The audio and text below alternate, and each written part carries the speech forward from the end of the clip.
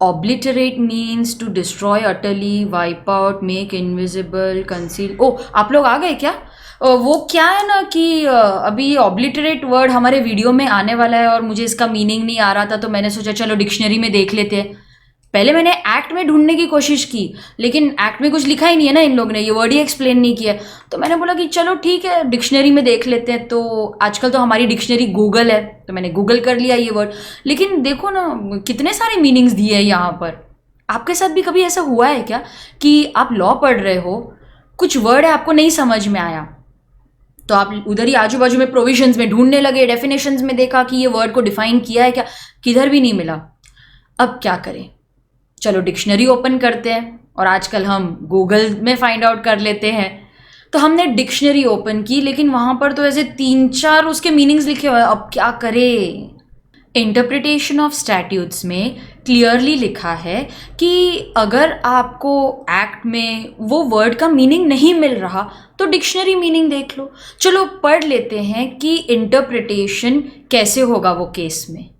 नवंबर 2018 में एक क्वेश्चन आया था, explain how dictionary definitions can be of great help in interpreting और constructing an act when the statute is ambiguous. तो जब आप लॉ पढ़ रहे हो, आपको कोई वर्ड नहीं समझ में आता है, और अगर आप डिक्शनरी का यूज़ कर रहे हो, तो डिक्शनरी आपको किस तरीके से यूज़ करनी चाहिए और वो कैसे हेल्प करेगी, इससे रिलेटेड मैंने स्टेप्स बनाए हैं।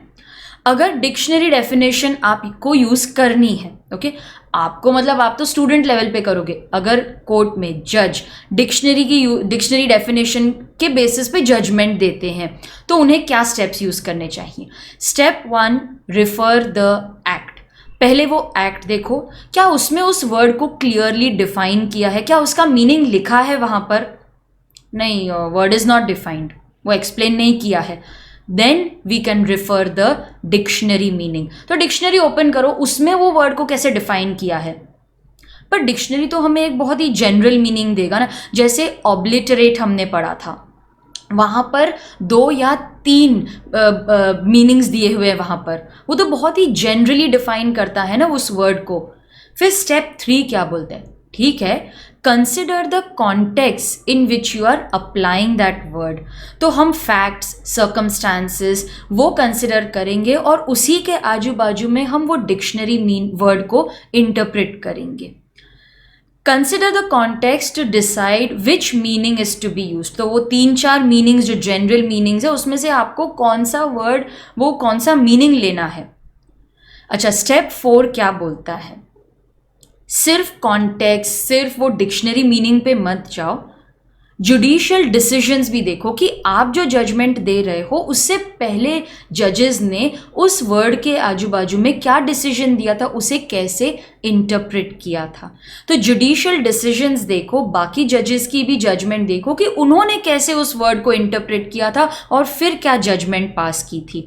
Because these judicial decisions will have greater meaning, they will have greater weight than furnished in the dictionary. Dictionary तो आपको 3-4 अलग तरीके से वो वर्ड एक्सप्लेन कर देगा, लेकिन फैक्ट्स और उस एक्सप्लेनेशन को साथ में हार्मनी में लेकर कैसे चलना है, ये आप सीख पाओगे फ्रॉम द जुडिशियल डिसीजंस। ये ऑब्लिटरेट वर्ड कहाँ सुना है?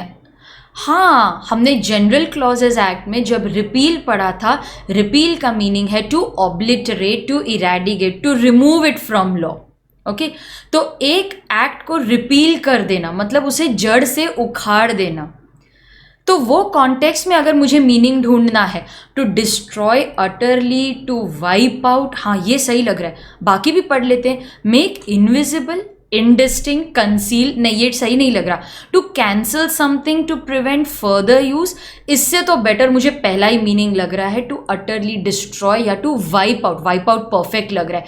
जब कोई प्रोविजन, जब कोई एक्ट रिपील हो जाता है, मतलब हम उसे ऑब्लिटरेट, इरेडिकेट करते, जड़ से निकाल देते हैं, ये करेक्ट मीनिंग लग रहा है, ये डिक्शनरी मीनिंग करेक्ट है। तो देखा आपने कि डिक्शनरी के जितने भी जनरल वर्ड्स है, जनरल मीनिंग्स है, उसमें से मैंने कॉन्टेक्स्ट अप्लाई करके कैसे सही मीनिंग निकाल लिया।